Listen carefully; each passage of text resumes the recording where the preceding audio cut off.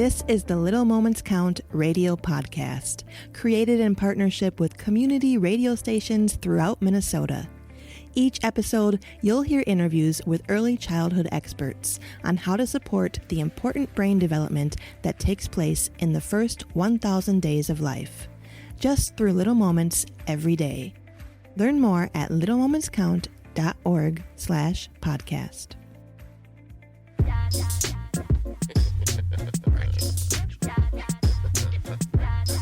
FM 89.9 KMOJ, looking at 34 minutes after the hour, 3 o'clock within the Twin Cities. Good afternoon, ladies and gentlemen.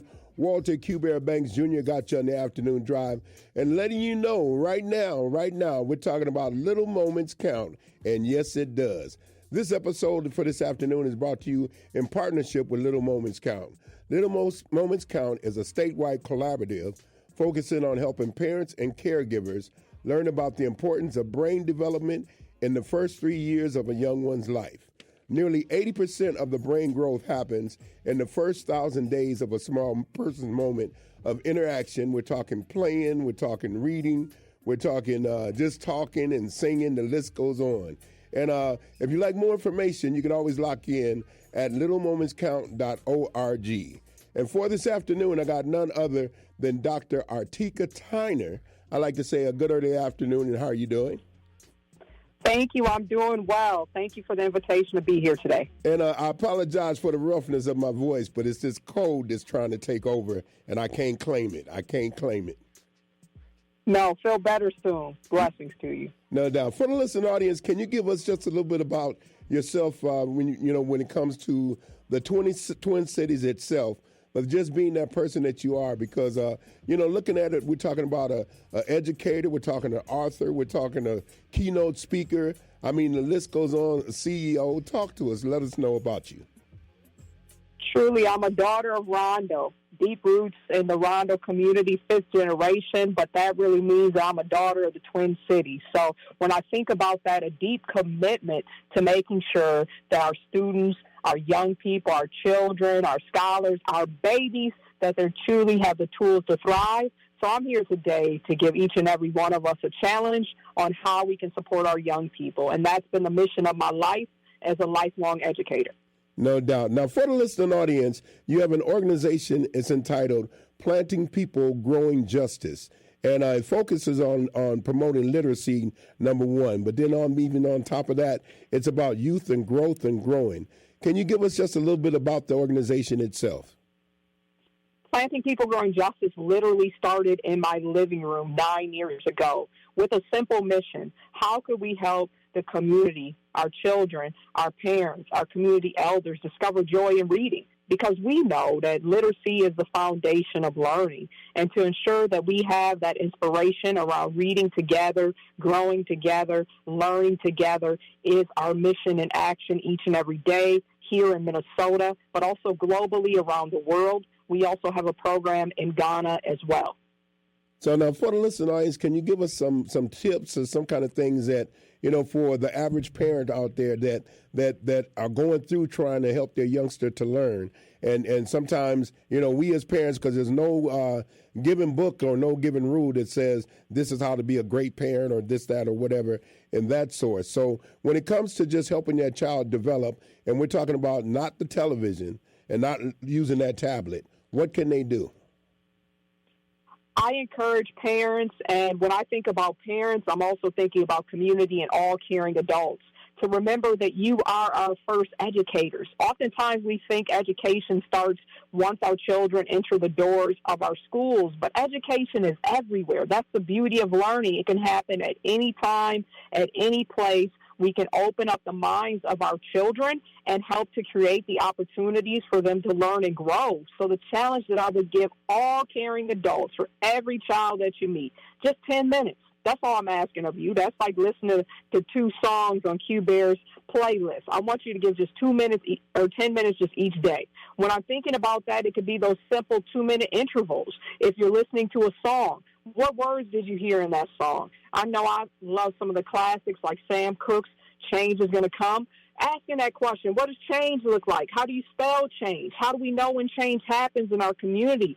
Finding those simple ways of learning and growing. I love our traditional soul food, so maybe it's a question of how many black-eyed peas are in this bag, counting them out, multiplying them, using them for division, whatever it takes, because learning is available and accessible, and it doesn't cost a thing.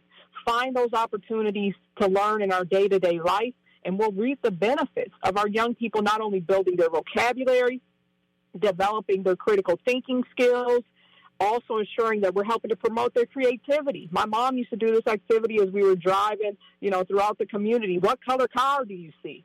How many cars do you see? What type of car is your dream car? She was really getting us to think very early and be a part of every experience around us. And last but not least, that 10-minute learning challenge that I'm giving all of us, it's an opportunity to create family bonds, that family can come together to learn together. Family can make learning fun. So I'm just giving an invitation. Just set aside a few extra minutes to make learning come alive. And even beyond that, I know you got a 25-book home challenge, but then on top of that, what are some of the books that you might want someone to look into in order to check out, in order to help that youngster? And then even the reading tip, you say 10 minutes, but even beyond that, the volume of just impressing that word love that a youngster needs. Talk about that as well. Let's start with the love piece. That's essential. We can show love in many different ways, but we can also help young people find a love of learning. And every young person will have a different passion or talent. Help them unveil it. We as caring adults, as parents, as grandparents, aunties, uncles, guess what? We're treasure hunters. Find that treasure in every young person. That's a ministry of love. What do they love to do? If they love to cook, guess what? You can turn that passion into them having a deeper understanding of math, because you need that to be able to understand recipes, for example. Hey, I met some young people yesterday. We were doing a leadership program at the JK movement at Jimmy Lee Rec Center. What did we talk about? We read a simple book, a board book. When I grow up, I want to be. Every young person in that room completed that sentence. When I grow up, I want to be. And after reading the book, they had new ideas, whether it was related to being a firefighter. Some then learned about the work of a nurse, whatever it may be. An introduction to the possibilities, that's what learning and love can do. You also mentioned about these home libraries, and we're ready for those too. When we still sit today, a lot of families don't have at least one book in their home. But we can change that. And sometimes I know books can get a little expensive and it feels like a luxury, Q-Berry, but that's where we're here to help. Connect with us at Planting People Growing Justice. Connect with Little Free Libraries. And let's come together to build a book collection of 25 books in every home.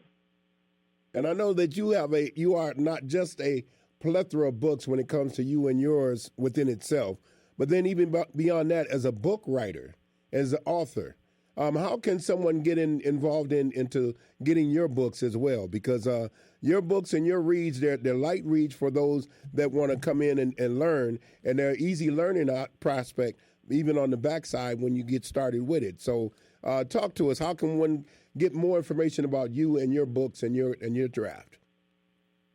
I would love to make sure we get our books in your hands. And one quick way that you can do that, every first Saturday at Jimmy Lee, in partnership with the JK movement, we have a book giveaway. So December 6th, we will be there, 11 a.m. to 1 p.m. I'll be giving out my most recent book, which is called Violet Loves Rondo. So an introduction. For some of you, might have to cross the river to come over to St. Paul, but you'll learn more about Rondo history. So as an author of 40 books, what am I passionate about? I'm passionate about the Black community understanding their roots, their culture, and history. Why? Because when we have that, just like a tree, we can weather any storm because we know who we are, we know our heritage, and we know that we're building a brighter future. So why 25 books? Why did I keep talking about that number today? Because now we have the research that shows that if we build 25 books in our home library, that can lead to the average increase of 2 years in educational attainment. We all want our children to succeed. Let's start one book at a time. Let's start with that 10 minutes at a time to do a book reading and a book discussion. Let's start in those small ways to make a big impact today. No doubt, no doubt. And if by chance I missed a question or two, is there anything else you'd like to add? The only thing that I would like to add is that you're invited. Everyone under the sound of my voice, here it is. You're invited. Meet us at the Jimmy Lee Rec Center. We are running writing workshops. We're getting young people to write their stories. We're getting them published. We're running leadership development institutes for young people. But guess what? We have something for the whole family, because reading has to be a part of a culture that we build in our community. So for the entire family, we have books, we have writing workshops, we have everything you need to help write that book that might be in your heart. So what my final ask for everyone would be, join us at Planting People Growing Justice. This is our opportunity to find joy in reading. This is our opportunity to celebrate our culture. And this is our opportunity to build stronger families and stronger communities. Ladies and gentlemen, no question about it, Dr. Artika Tyner, I want to say thank you very much for taking the time and the opportunity and blessing the listening audience with your voice and your presence. Thank you. Happy reading. No doubt, no doubt. Ladies and gentlemen, once again, Dr. Artika Tyner. And if you like a copy of what you've just heard, it's littlemomentscount.org. All you have to do is lock it in, and you got it locked down. It's FM 89.9 KMOJ, no doubt about it. It's the People's Station. The Blueprint, 89.9 KMOJ, the People's Station.